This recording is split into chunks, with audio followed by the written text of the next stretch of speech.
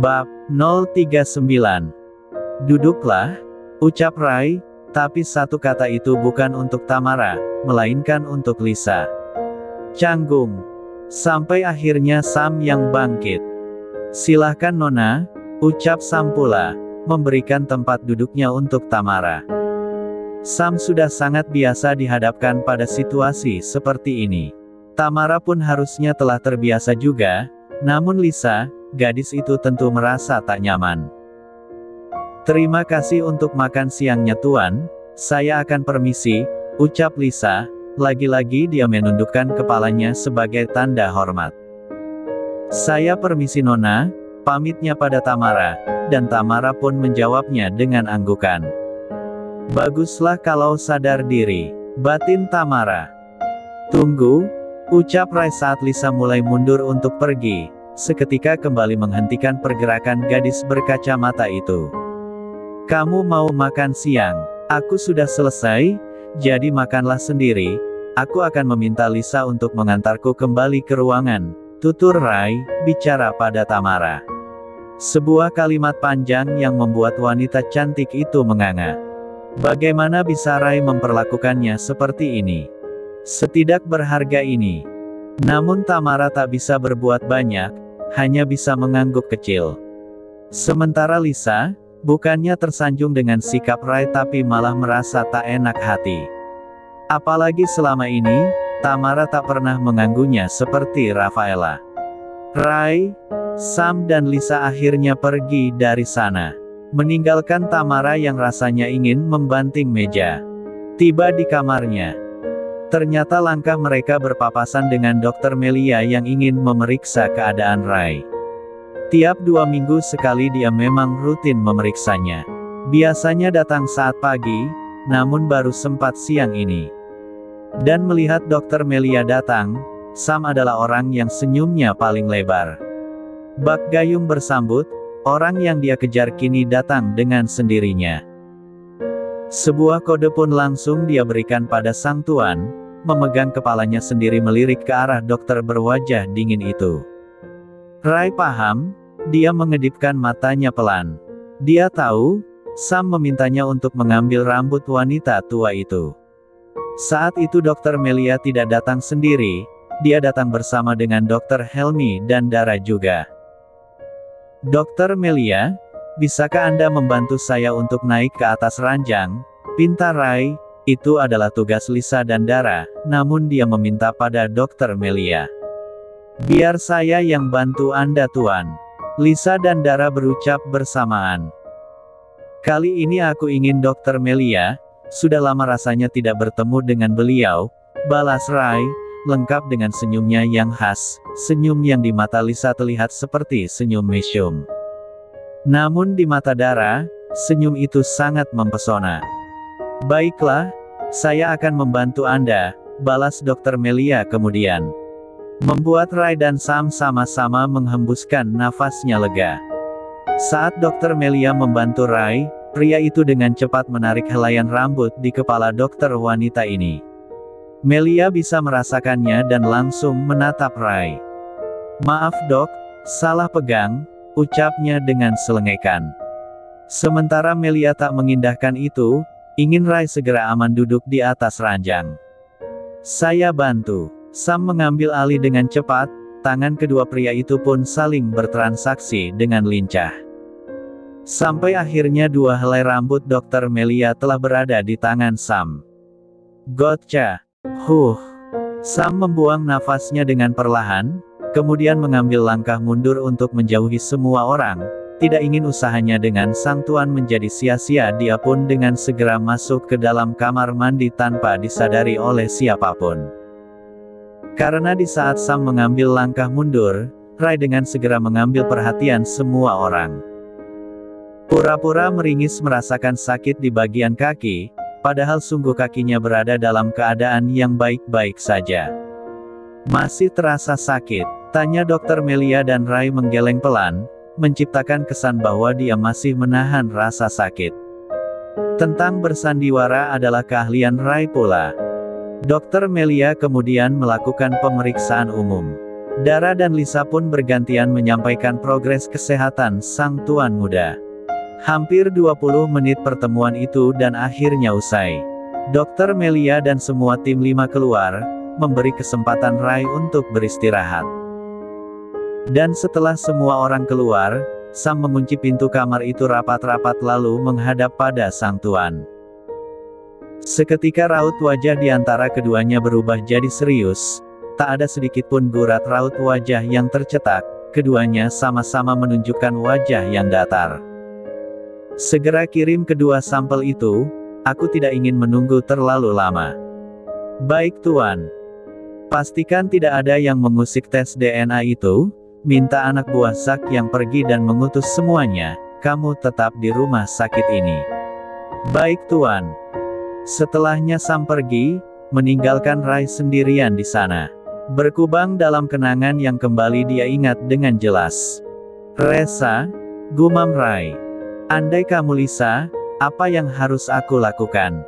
Gumamnya lagi, bicara pada diri sendiri, namun dia pun tak tahu jawabannya, semua masih terasa abu-abu. Kehadiran Lisa seolah membuatnya kembali yakin jika Resa masih hidup. Kamu Lisa kan? Tanya Rai pula, seolah bertanya pada Resa kecil di dalam ingatannya. Namun Resa tidak menjawab, malah tertawa sambil berlari menjauhi dia. Rai lantas menutup mata, mencoba benar-benar beristirahat. Dari dulu kamu memang selalu berlari dari kusa, batin Rai. Mencoba terlelap namun dia tidak bisa, lagi-lagi Rai berakhir dengan membuka kedua matanya. Dia lantas menggerakkan tangan kanannya naik dan menekan tombol untuk memanggil seorang perawat. Kalau yang datang Lisa berarti benar dia Resa, gumam Rai, karena ingin bersenang-senang dia membuat taruhan itu sendiri. Bersenang-senang dengan pikirannya sendiri. Tak sampai 5 menit pintu kamarnya terbuka, dia sangat berharap Lisa yang datang. Dan ternyata, tebakannya benar. Sial, ini kebetulan atau apa? Batin Rai. Dia tetap diam sampai akhirnya Lisa berdiri di samping ranjangnya. Tuan, apa yang bisa saya bantu? Tanya Lisa pula, seraya menatap Rai lekat. Aku tidak bisa tidur. Apa yang Anda butuhkan? Genggam tanganku. Lisa terdiam, maksud pertanyaannya bukan bantuan yang seperti itu. Tapi apakah bantal yang Rai gunakan tidak nyaman? Apakah Rai ingin mengganti spraynya? Apa Rai ingin lampu utama dimatikan dan semua tirai ditutup lalu tidur dalam keadaan yang temaram atau Rai ingin minum dulu baru tidur? Yang seperti itu maksud Lisa, bukan seperti apa yang dijawab oleh sang tuan muda ini. Genggam tanganku, ucap Rai lagi. Dia bahkan mulai membuka telapak tangan kanannya, ingin Lisa segera menggenggam itu. Sementara Lisa masih terpaku, masih merasa permintaan itu tidak masuk akal. Kamu tidak mau? Tanya Rai dengan sorot mata yang nampak kecewa. Jadi sayu? Bahkan Lisa bisa melihat saat sang tuan muda membuang nafasnya dengan kasar. Bukan seperti itu tuan, hanya saja. Tidak mau? Hanya itu, jangan mencari alasan. Padahal aku hanya ingin tidur, aku butuh kenyamanan. Kamu paling tahu selama ini keluarga tidak pernah datang, jelas Rai panjang lebar dan makin membuat Lisa tersudut. Tentang keluarga Carter yang tidak pernah datang itu memanglah benar, Lisa dan yang lainnya pun heran. Merasa iba pula karena Rai seperti tuan muda yang terbuang. Namun sebenarnya Rai malah menyukai akan hal itu. Dia tidak perlu melihat wajah ayahnya yang pemaksa dan ibunya yang berwajah sendu yang selalu membuatnya tidak tega. Rai memalingkan wajahnya, seolah menyembunyikan kesedihan. Dan saat itu runtuh sudah pertahan Lisa atas pikirannya yang masuk akal, kini pun duduk di kursi itu dan menggenggam tangan Rai. Sentuhan kecil namun berhasil membuat tubuh keduanya seperti tersengat listrik.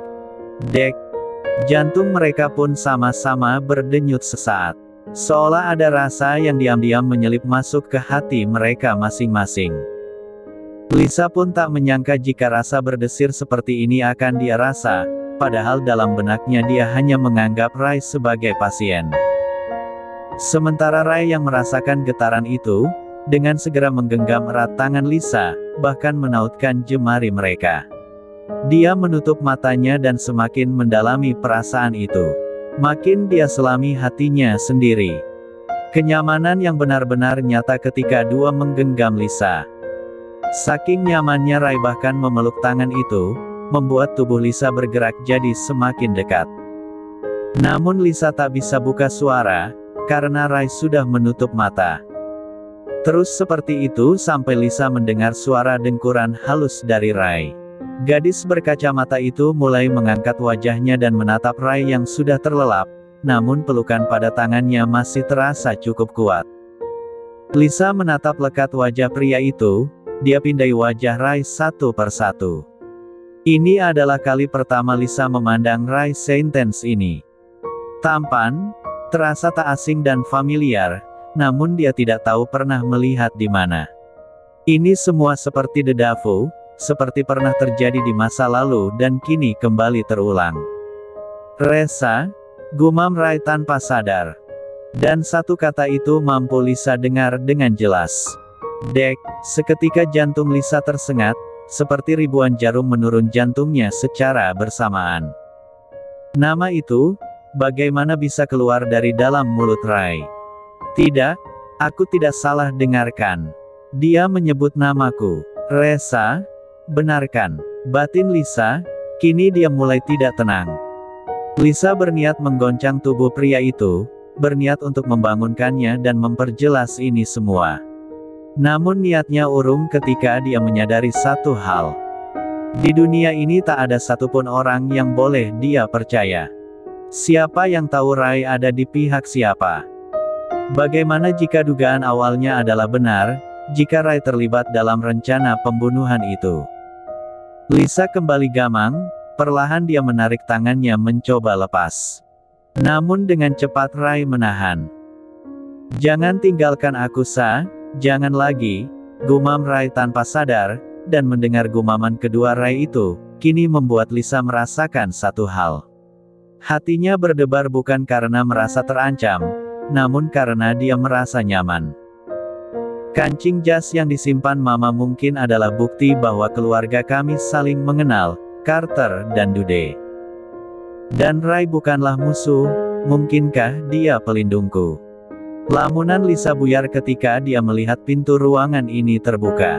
Sontak saja Lisa menoleh dan melihat Sam yang masuk. Sesaat mereka saling tatap seolah canggung dengan keadaan ini. Lisa yang duduk di dekat ranjang dan satu tangannya didekap erat oleh Rai.